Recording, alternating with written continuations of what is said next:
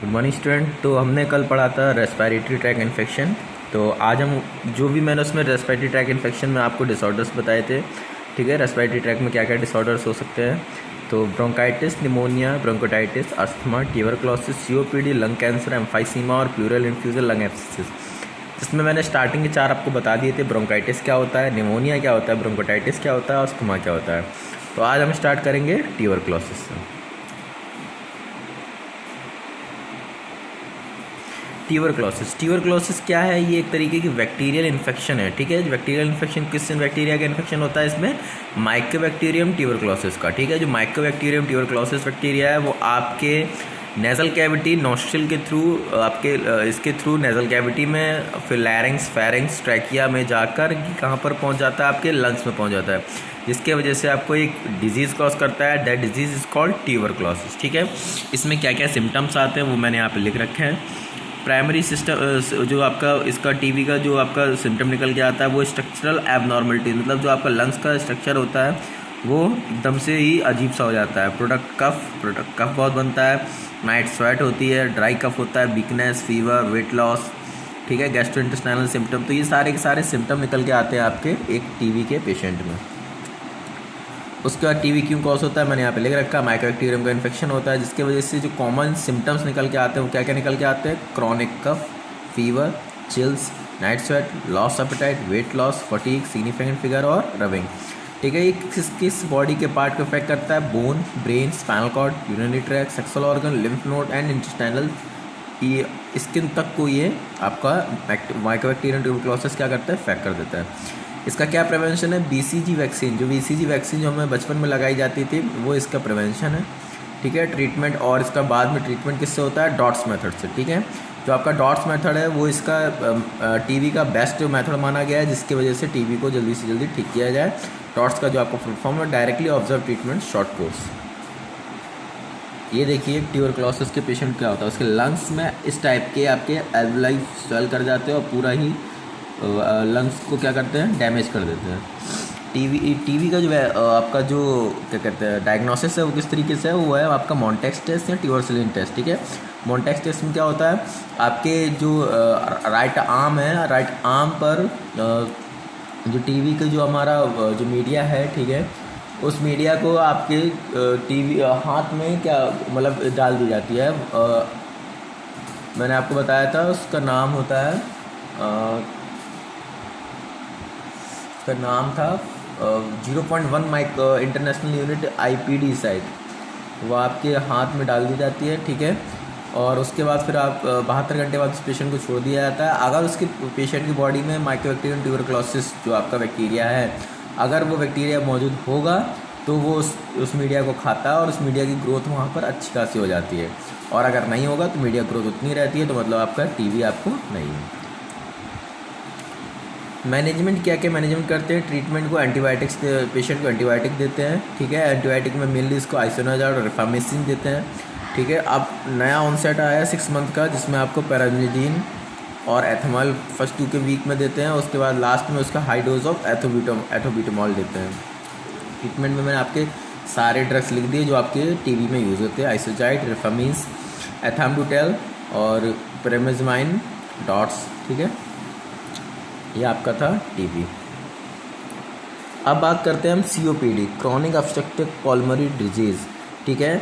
ये सीधा सीधा इसका नाम है कि क्रॉनिक मतलब लंबे समय तक ये बीमारी आपको परेशान करेगी। ऑब्स्ट्रक्शन है कहाँ पर? आपके पल्मोनरी के पैसेज में, जो आपका लंग्स का पैसेज नॉस्ट्रिल से नेज़ल कैविटी से होते हुए आपके ट्रैकिया, उसके बाद आपका ब्रोंकाई और ब्रोंक्यूलस में गया है। उस पैसेज में कहीं ना कहीं कोई ऑब्स्ट्रक्शन आया है, जिस ऑब्स्ट्रक्शन के कारण क्या हुआ है? आपका पूरा जो पैसेज था एयर फ्लो, जो पैसेज था आपका एयर फ्लो का, वो पैसेज क्या हो गया? आपका ब्लॉक हो गया है, ठीक है। तो ये आपकी 2 चीज़ों से हो सकता है, या तो क्रॉनिक ब्रोंकाइटिस हो या तो आपको एम्फाइसीमा हो। इन दोनों की वजह से आपको COPD हो सकता है। ये आपका कहीं भी ब्लॉक लग सकता है, चाहे ट्रैकिया हो चाहे आपका ब्रोंकाई हो, ठीक है। और ये किस किस की वजह से हो सकता है? जो आपके कॉमन सिम्टम्स हैं वो आपके सिगरेट स्मोकिंग और पॉल्यूटेंट्स की वजह से होता है। इसको कैसे डायग्नोस किया जाता है? चेस्ट पेन, ठीक है, tomography, complete blood count, CBC, MRI, ultrasound. Symptom क्या होते हैं? Shortness of breathing, chronic cough, wheezing, decrease ability to exercise, weight loss, ankle feet, leg swelling, fatigue. Treatment क्या है इसका? Bronchodilator, medications, steroids, antibiotic, vaccines, oxygen therapy और surgery और lung transplant. अब बात करते हैं हम लंग कैंसर की, ठीक है, कि लंग कैंसर क्या होता है। ये सबसे मोस्ट कॉमन कैंसर पाया जाने वाला वर्ल्ड में सबसे ज़्यादा अगर कैंसर कोई पाया जाता है तो वो लंग कैंसर ही पाया जाता है। और ये क्यों होता है ये आपको हमें अच्छे से पता है, स्मोकिंग की वजह से। एक नॉर्मल बंदे का लंग ऐसा होता है, पर स्मोकिंग के बाद उसके लंग्स में इस तरीके का कुछ आपको देखने को मिलता है, ठीक है। What are the symptoms of lung cancer? तो क्या क्या सिम्टम आते हैं अगर एक लंग कैंसर के पेशेंट को? तो उसका है fatigue, cough, shortness of breathing, chest pain, loss of appetite, coughing, haemoptysis मतलब ब्लड में कफ में ब्लड आना, ठीक है, और difficult in breathing, abdominal pain, headache, weakness, confusion. ये सारा का सारा एक सिम्टम्स है लंग कैंसर के पेशेंट को। जो आपका लंग कैंसर होता है 90% चांस होते हैं स्मोकिंग की वजह से, ठीक है। 25% चांस होते हैं जिसमें नॉन स्मोकर्स इन्वॉल्व होते हैं लंग कैंसर में। लंग कैंसर को कैसे ट्रीट किया जा सकता है? Surgery, radiation therapy, chemotherapy, target therapy and lung cancer का ट्रीटमेंट होता है थेरेपिस्ट के द्वारा, उसके थ्रू हम आपके लंग कैंसर को ट्रीट कर सकते हैं। ये कुछ कॉमन मैंने आपको बताया। सर्जरी किस किस स्टेज में किस किस तरीके से होती है। अगर स्टेज 1 है तो सर्जरी पॉसिबल है कीमोथेरेपी रेडिएशन से। स्टेज 2 है तो भी कीमोथेरेपी से। स्टेज 3 है तो कीमोथेरेपी और रेडिएशन क्लिनिकल ट्रायल्स और सपोर्टिव केयर होगा। स्टेज 4 है तो कीमोथेरेपी क्लिनिकल ट्रायल्स और सपोर्टिव केयर इसमें भी होगा। और इसमें क्या क्या कॉमन ऑप्शंस हैं आपके वो मैंने राइट साइड में लिख रखे हैं।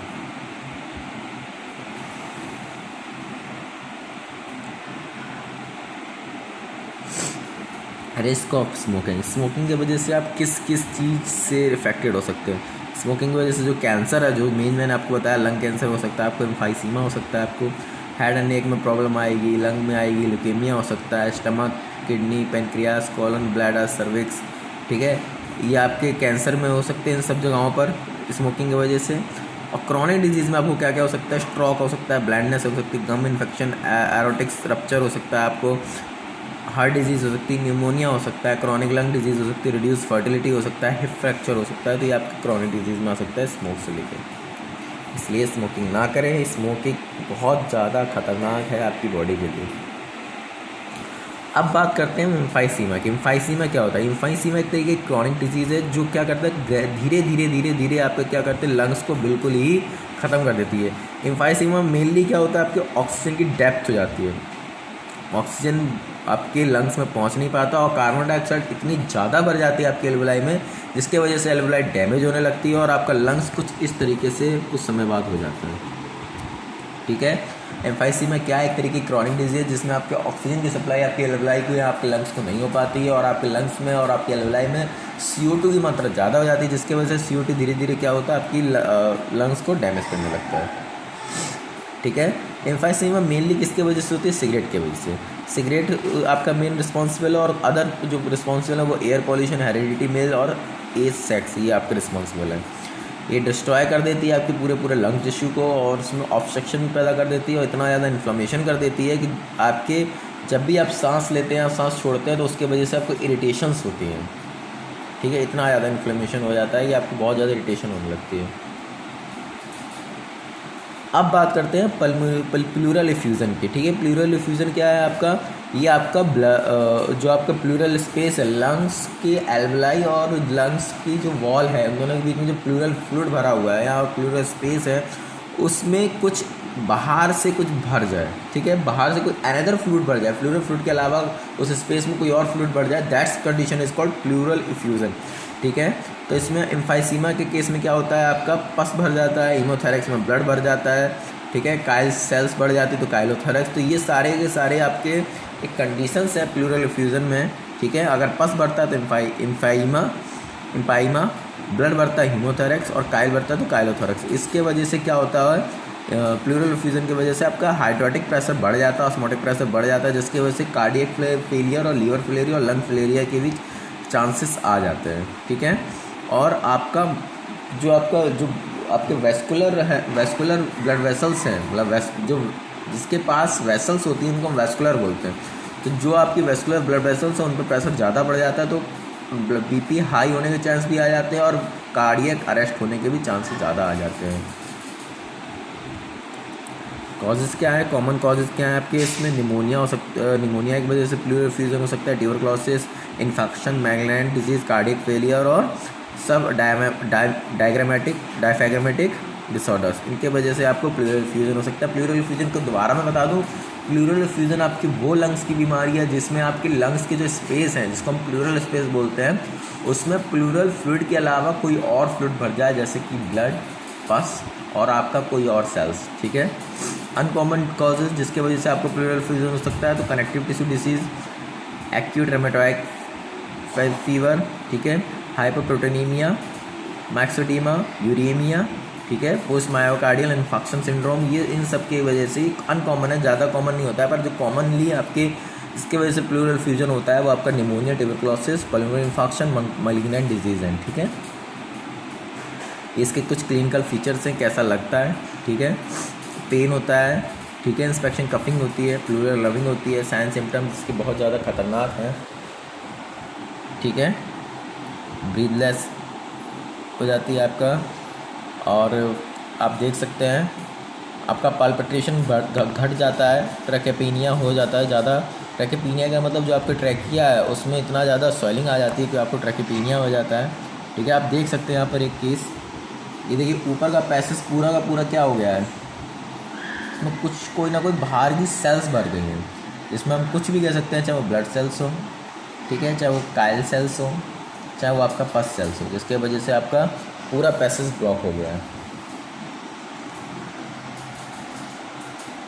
इन्वेस्टिगेशन कैसे कर सकते हैं? यूएसजी से कर सकते हैं। यूएसजी आपका अल्ट्रासोनोग्राफी मतलब अल्ट्रासाउंड है, ठीक है, सीटी स्कैन से आपका देख सकते हैं आप, प्लूरल एस्पायरेशन या बायोप्सी से देख सकते हैं, और मैनेजमेंट में आप रोज़ पेशेंट को क्या क्या देंगे जिसकी वजह से उसका प्लूरल फ्यूजन कम हो जाए, वो आप देख सकते हैं।